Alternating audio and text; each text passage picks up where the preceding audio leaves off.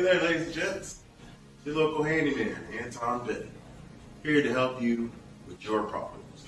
I'm here right now on the job site taking out whole kitchen cabinets.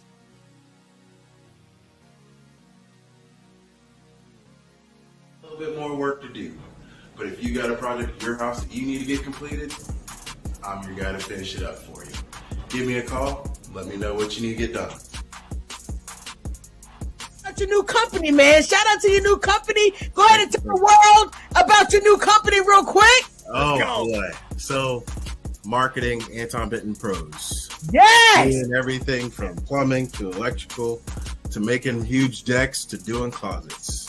Yes. Doing it all. Doing it all. That's what's up, man. I'm super happy Thank for you guys. Thank you.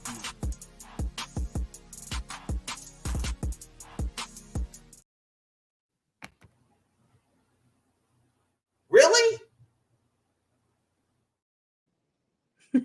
Shout out to my guy, Mr. Nathan Snell. What up, Nathan? That clip will never get old.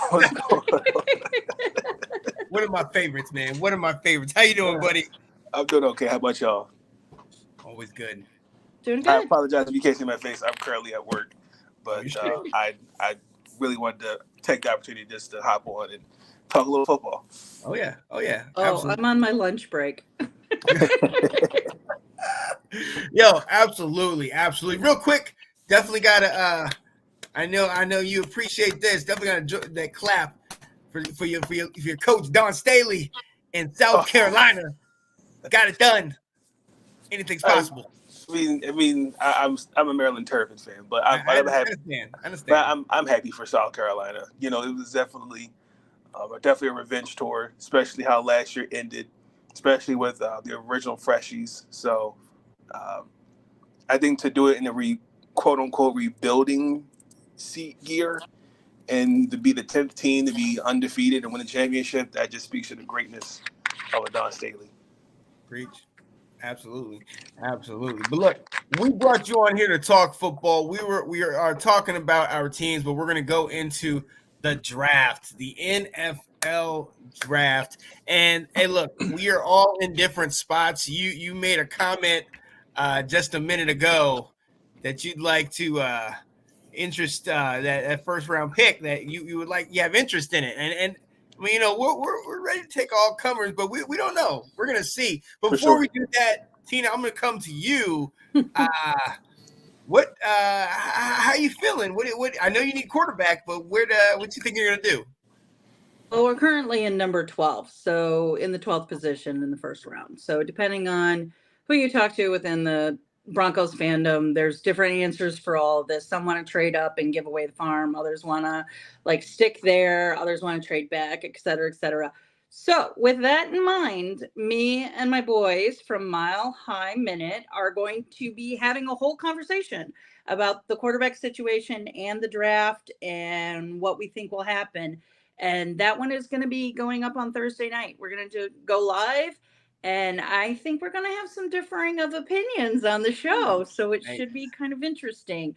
That's my plug for the show, guys. I don't want to give away where I lean, but you could probably figure it out by kind of what I said, where I lean on this situation. I don't want to give another $80 million contract to somebody and have him go play for another team. So my personal thing is, if we did, everybody has their particular people that they think will work. I don't want to trade up. I don't want to give away draft capital later in later rounds or next year away. So whoever is available at number 12, I think we should take a look at. I'm hearing a lot of things that Bo Nix is probably somebody that would work well in Sean's system. And I'm also hearing Rattler. So are the two that are kind of working in there. But there was an interesting tidbit, and everybody go out and do a little deep dive, Google it. Google Rattler. He had an interview that was on the that he was talking about which team was the hardest team in terms of meeting and talking to them. Sean Payton made every draft quarterback fill out a questionnaire and was quizzing them on their quarterback knowledge and different positions and everything. Wow. Like, this is not, what do they call it? The something lick, the Whirlick test that they give them, something completely different. Yeah. He said that that was the hardest team that he met with. So Sean's not fooling around is the best way I can say. He's not going to take someone if he doesn't think they're going to fit. And I understand that after the last couple of years. I personally think we need an offensive lineman. We need a guard. We need someone on the outside. And I would love to get Mims from Georgia. Oh yeah. But there's other guys that are rated a little higher than him. Had a conversation with Handy about this. He kind of can play both sides. We still got a couple of guys on the line. Our line's not bad. So Mims, yeah. And he'll be lower down the list, but you all know my fandom and everything. I want Ed McCaffrey's youngest. Oh yeah. Luke from Duke. I can dig it. That's my draft wish list a little bit. Yeah. We'll go into more detail later on this week, but definitely. Nathan, the Ravens, one game away from the Super Bowl. What can you improve on? Like, where are you guys looking this year in the draft? everyone, including the kitchen sink. Oh my goodness! No, and I think in all seriousness, a receiver again. Outside of Mark Andrews, Zay Flowers, I mean, they're great talents. They need more. So, offensive line should be the next priority. Now that Kevin Zeitler and Morgan Moses are no longer here, Kevin Zeitler departed for free agency, Morgan Moses got traded. Guard, tackle. I'm not confident in our young linebacking core. Now that Patrick Queen is gone, now he's going up the road to Pittsburgh. I like the Robinson kid. I just think we're expecting a little too much out of him, especially in the second year. David Ajabo's got to pick it up. Dafi Owe, disappointed in him.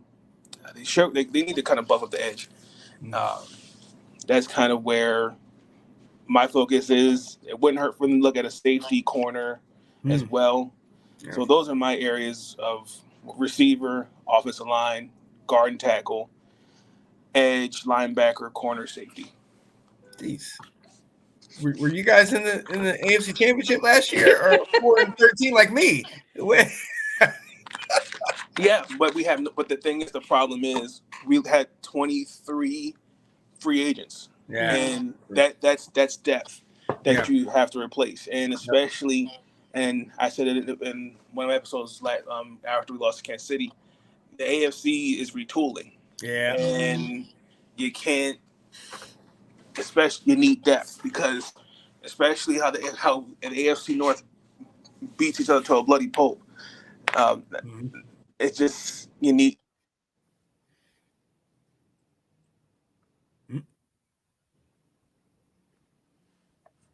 Nathan? I think we lost him.